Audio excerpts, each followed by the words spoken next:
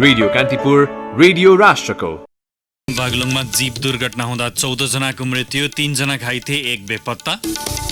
राष्ट्रिय गौरवको आयोजना काठमाडौँ रक्सोल रेलमार्गको प्रारम्भिक अध्ययन कार्यमा ढिलाइ, नेपाली पक्षले आन्तरिक तयारीलाई तीव्र पारे पनि भारतीय पक्षबाट व्यवस्था। परीक्षणका लागि भारतले गत सेप्टेम्बरमा चन्द्रमामा पठाएको चन्द्रयान 2 को अवशेष भेटिएको नासाको भनाई। र 13औं सागको तेस्रो दिन आज नेपाललाई थप 6 स्वर्ण पदक। क्रिकेटको स्पर्धामा नेपाल श्रीलङ्कासँग 6 विकेटले पराजित। फुटबलमा भने भुटान विरुद्ध नेपाल 3-0 ले अघि। नमस्कार, कान्तिपुर डायरीबाट साथी प्रतीक्षा अनि तेजेन्द्रको समाचार अब विस्तारमा। बागलुङको बडीगाड गाउँपालिका 7 भीमगिठे नजिकै यात्रुवाहक जीप दुर्घटना हुँदा 14 जनाको मृत्यु भएको छ। 3 जना घाइते भएका छन्। 1 जना खोलामा बगेर बेपत्ता भएका छन्। गुल्मीको इस्माबाट निसी खोलाको देवीस्थान जाँदै गरेको ग1 ख 4219 नम्बरको जीप खोलामा खसेको प्रहरी नायब उपरीक्षक झविन्द्र प्रसाद भट्टराईले जानकारी दिनुभयो। मृत्यु हुनेमा इस्मा गाउँपालिका 5 का रेशम थापा, 4 की वसुन्धरा कार्की, माया कार्की, भवी कार्की, भूमि कार्की, धनबहादुर कार्की, मीना बस्नेत र माया थापा छन्। यस्तै नवलपरासी बर्दघाट नगरपालिका 2 की भूमा कार्की र बागलुङ बडीगाड गाउँपालिका 7 का नरमाया खत्रीको पनि मृत्यु भएको हो। मृतक अन्य 4 जनाको शनाखत हुन बाँकी छ। बडीगाड खोलाले बगाएर 15 वर्षका धनबहादुर कार्की बेपत्ता भएका छन्। उनको खोजी भइरहेको प्रहरीले जनाएको छ। दुर्घटनामा घाइते भएका 3 जनालाई नेपाली सेनाको हेलिकप्टर मार्फत उपचारका लागि काठमाडौँ ल्याइएको छ। जीपमा 18 जना सवार थिए। बढी भार र तीव्र गतिका कारण जीप दुर्घटना भएको प्रहरीको अनुमान छ। जीपमा सवार सबै देवीस्थानमा कुलपूजाका लागि जाँदै थिए। यस्तै मोरङको उर्लाबारी नगरपालिका 5 झुमराहा स्थित भित्री सडकमा टिप्परले ठक्कर दिँदा स्थानीय जोगिन्दर मण्डलकी 4 वर्षीय छोरी राधिका कुमारीको मृत्यु भएको छ। ना 8 ख 7053 नम्बरको टिप्परले सडकमा जाँदै गरेकी राधिकालाई ठक्कर दिँदा घटनास्थलमा मृत्यु भएको प्रहरीले जनाएको छ। राष्ट्रिय गौरवको आयोजना काठमाडौँ रक्सोल रेलमार्गको प्रारम्भिक अध्ययन कार्यमा ढिलाइ भएको छ। बहुचर्चित सो परियोजना निर्माणका लागि भारतीय पक्षले चासो नराखेपछि प्रारम्भिक अध्ययन कार्य नै प्रभावित बनेको हो। यद्यपि नेपाली पक्षले भने यसको आन्तरिक तयारीलाई तीव्र पारेको छ। परियोजनाको प्री इन्जिनियरिङ प्रतिवेदन निर्माणमा जुटेको रेल विभागले त्यसलाई विस्तृत परियोजना प्रतिवेदनसँगै समग्र डिजाइनको काम गर्ने जनाएको छ। विभागका महानिर्देशक बलराम मिश्रका अनुसार परियोजनाको काम अघि बढाउन भारत सकारात्मक रहे पनि औपचारिक समझदारी बन्न नसक्दा काममा ढिलाइ भएको हो। भारतीय प्रधानमन्त्री नरेन्द्र मोदीको पछिल्लो नेपाल भ्रमणका क्रममा काठमाडौँ रक्सोल रेलमार्गको कामलाई तत्काल सुरु गर्ने सहमति भएको थियो। तर सोही अनुसार भारतीय रेल विभागले महत्त्व नदिएपछि परियोजनाको काम सुस्ताएको हो। 135 किलोमिटर लामो सो परियोजनालाई नेपाल र भारत जोड्ने महत्त्वपूर्ण कडीका रूपमा नेपाल र भारत दुवैले अर्थ्याउँदै आएका छन्। प्रारम्भिक कार्यमै भएको ढिलाइले 5 वर्षमा सम्पन्न गर्ने दावी गरिएको आयोजना निकै पछाडि धकेलिएको छ। भारतको कोकड रेलवे कर्पोरेसनले काठमाडौँ रक्सोल रेलमार्गका लागि छुट्टै प्रतिवेदन भने तयार पारिसकेको छ, जसमा 45 किलोमिटर सुरुङ मार्गसहित 35 वटा पुल रहने उल्लेख छ।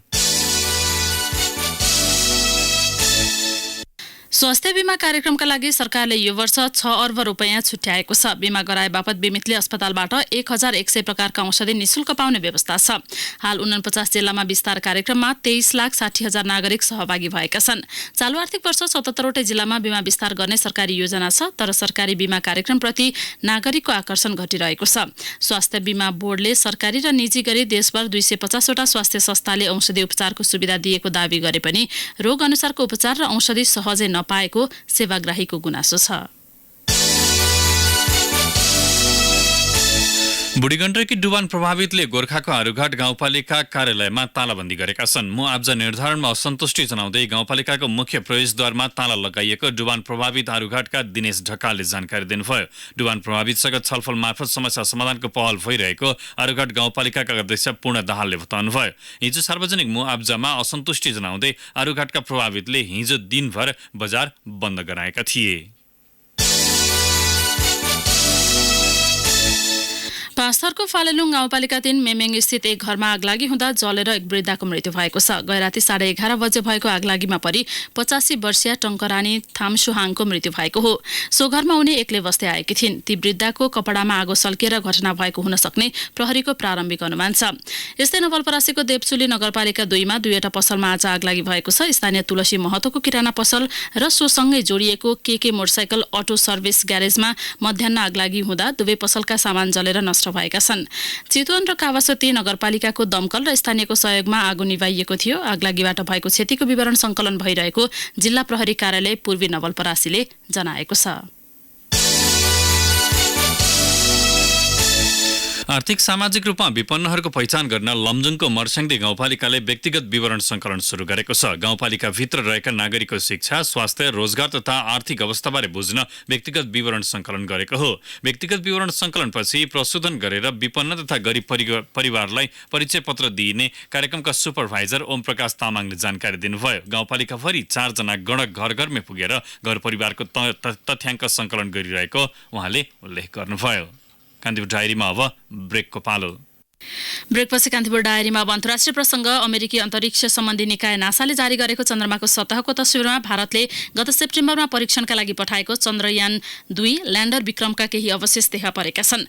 गत सेप्टेम्बरमा चन्द्रयान-2 को विक्रम ल्यान्डरले चन्द्रमाको दक्षिणी ध्रुव छुनका लागि केही क्षण बाँकी रहँदा भारतीय अन्तरिक्ष केन्द्र इसरोसँगको सम्पर्क विच्छेद भएको थियो। नासाले हालै जारी गरेको तस्विरमा सो यानका टुटेफुटेका अवशेषहरू सतहमा देखा परेको बीबीसीले उल्लेख गरेको छ। फिलिपिन्समा शक्तिशाली आँधीका कारण 2 लाख मानिस विस्थापित भएका छन्। 1 जनाको मृत्यु भएको छ। कमोरी नामक आँधीपछि मनिला लगायत स्थानमा भारी वर्षा भइरहेको छ। दक्षिणी क्षेत्र स्थित लुजोनका पहाडी इलाकामा पहिरो र बाढीको जोखिम बढेपछि ती क्षेत्रका बासिन्दालाई सुरक्षित स्थानमा सारिएको हो। अन्य स्थानमा पनि बाढी तथा पहिरो जान सक्ने भन्दै स्थानीयवासीलाई प्रशासनले सचेत गराएको छ।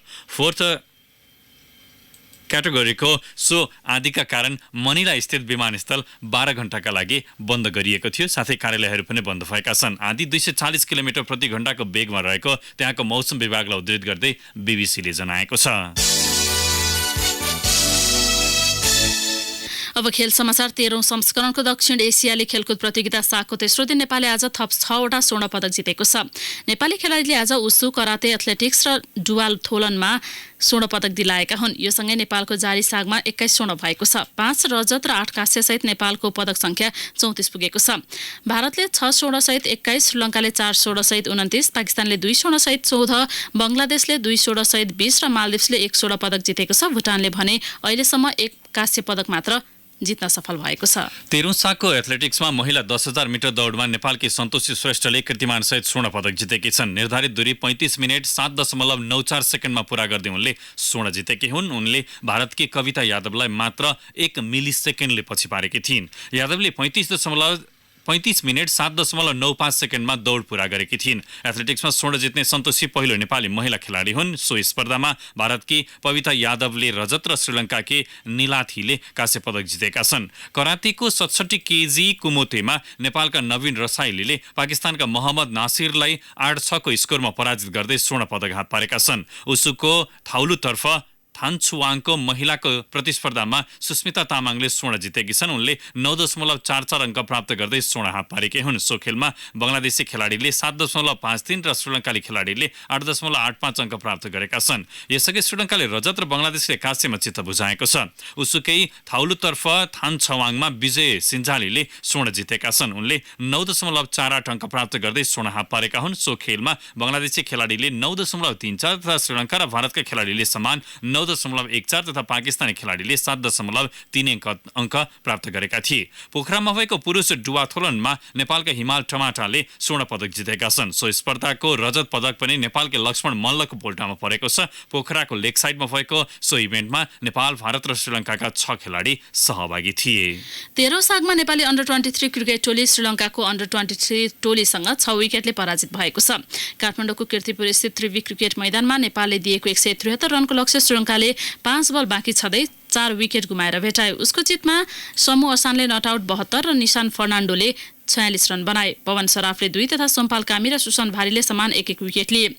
यसअघि पहिले ब्याटिङ गरेको नेपालले निर्धारित 20 ओभरमा 5 विकेट गुमाएर 172 रनको योगफल तयार पारेको थियो। दिपेन्द्र सिंह ऐरीले नट आउट 72 रन बनाएको नेपालको इनिङ्समा पवन सराफले 22, क्याप्टेन ज्ञानेन्द्र मल्ल र विनोद भण्डारी समान 21 तथा आरिफ शेख 19 रनमा आउट भए। आफ्नो दोस्रो खेलमा नेपालले पर्सि भुटानसँग प्रतिस्पर्धा गर्नेछ। साग पुरुष फुटबल अन्तर्गत आफ्नो पहिलो खेलमा नेपालले अहिले भुटानसँग प्रतिस्पर्धा गरिरहेको छ। काठमाडौँको त्रिपुरेश्वर स्थित दोस्रो रङ्गशालामा दोस्रो हाफको हाफको खेल जारी रहँदा नेपालले 4-0 को अग्रता लिएको छ। क्याप्टेन सुजल श्रेष्ठले 2 र अभिषेक रिजालले 1 गोल गरेका छन्। पहिलो हाफको 5औं मिनेटमा पहिलो गोल गरेका सुजलले दोस्रो हाफको पनि 5औं मिनेटमा नै अर्को गोल थपेका थिए। 66औं मिनेटमा अभिषेकले गोल गरेपछि नेपाल 3-0 को अग्रता लिन सफल भएको हो। केही बेर अघि मात्रै नेपालले अर्को गोल थपेपछि नेपाल 4-0 ले अगाडि रहन सफल भयो। नेपाल 12औं सागमा फुटबलको विजेता पनि हो। भुटानले आफ्नो पहिलो खेलमा हिजो बंगलादेशलाई 1-0 ले हराएको थियो भने नेपालको यो पहिलो खेल हो। उता पोखरामा महिला फुटबल टोलीले भने विजयी सुरुवात गरेको छ। पोखरा रंगशालामा भएको पहिलो खेलमा नेपालले श्रीलङ्कालाई 1-0 को गोल अन्तरमा पराजित गरेको हो। नेपालको जितमा खेलको 87औं मिनेटमा सरु लिम्बुले निर्णायक गोल गरेकी थिइन्। नेपालले आफ्नो दोस्रो खेलमा पर्सि बिहीबार मालदिप्ससँग प्रतिस्पर्धा गर्नेछ। साग महिला भलिबलको उपाधिका लागि नेपालले आज बलियो टोली भारतसँग प्रतिस्पर्धा गर्दैछ। एकै समूहबाट समूह चरण पार गरेका नेपाल र भारत उपाधिका लागि पनि भिड्न लागेका हुन्। राजधानीको त्रिपुरेश्वर स्थित राखेप कवड हलमा अपराह्न 4 बजे नेपाल र भारत बीचको फाइनल खेल सुरु हुनेछ। सेमी फाइनलमा नेपालले श्रीलङ्कालाई तथा भारतले बंगलादेशलाई हराउँदै उपाधि यात्रा तय गरेका थिए। फाइनल पुगेर ऐतिहासिक उपलब्धि हात पारेको नेपाल समूह चरणमा भोगेको हारको बदला लिँदै भारतलाई हराउने योजनामा रहेको छ। यसैबीच पुरुष भलिबलमा भारतले स्वर्ण जितेको छ। फाइनलमा पाकिस्तानलाई 3-1 को सेटमा पराजित गर्दै भारतले भलिबलमा स्वर्ण जितेको हो। केही बेर अघि मात्र नेपालले अर्को स्वर्ण थपेको छ। करातेको कुमुती 67 केजी समूहमा नेपालकी सुनिता महर्जनले स्वर्ण पदक जितेकी छन्। महर्जनले पाकिस्तानकी खेलाडी कुलसुमलाई 8-2 ले हराउँदै स्वर्ण उचालेकी हुन्। हवस् त कान्तिपुर डायरी अहिलेलाई यहीँ सकिन्छ। प्रतीक्षा र तेजेन्द्र बिदा हुन्छ। नमस्कार।